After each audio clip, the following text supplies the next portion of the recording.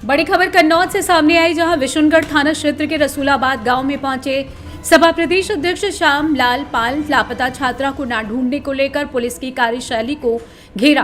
पूरे मामले में राष्ट्रीय अध्यक्ष को दी जाएगी रिपोर्ट। सदन में दोनों मुद्दे उठवाने को सपा प्रदेश अध्यक्ष ने कहा।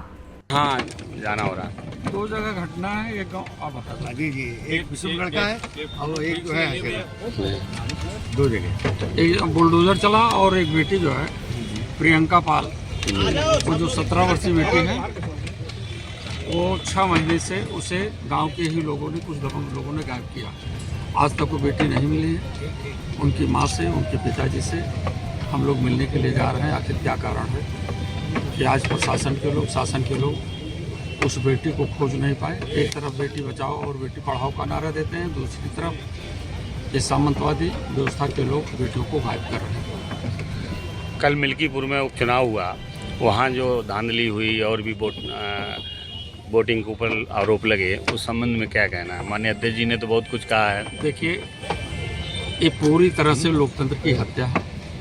अब यहाँ चुनाव आयोग नाम की कोई चीज़ नहीं रह गई है। माननीय जी ने भी उस पर बड़ी टिप्पणी कर दी है कि चुनाव आयोग मर चुका है, अब उसे सफ़ेद कफन की ज़रूरत है।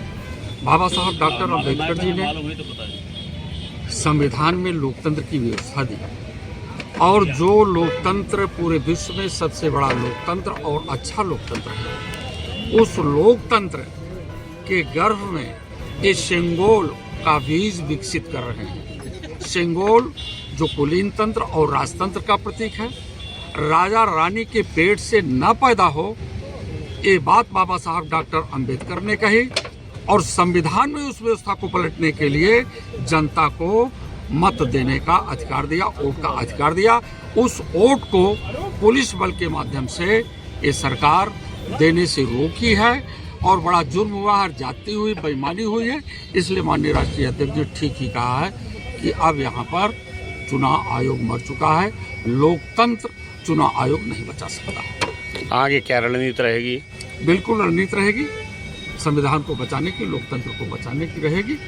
और उस लड़ाई में अब जनता आगे आ चुकी है। अब ये सामंतवादी और पूंजीवादी व्यवस्था के रोक आदरणीय अखिलेश यादव की इस संघर्ष को आगे बढ़ाने में जब जनता सामने आ चुकी है, जनता संविधान को अपने हाथ में ले लिया है, ये मुहिम आगे चलेगी। और एक दिन ऐसा आएगा, इस देश से सामंतवाद खत्म होगा और इस देश पर गरीबों का शासन होगा।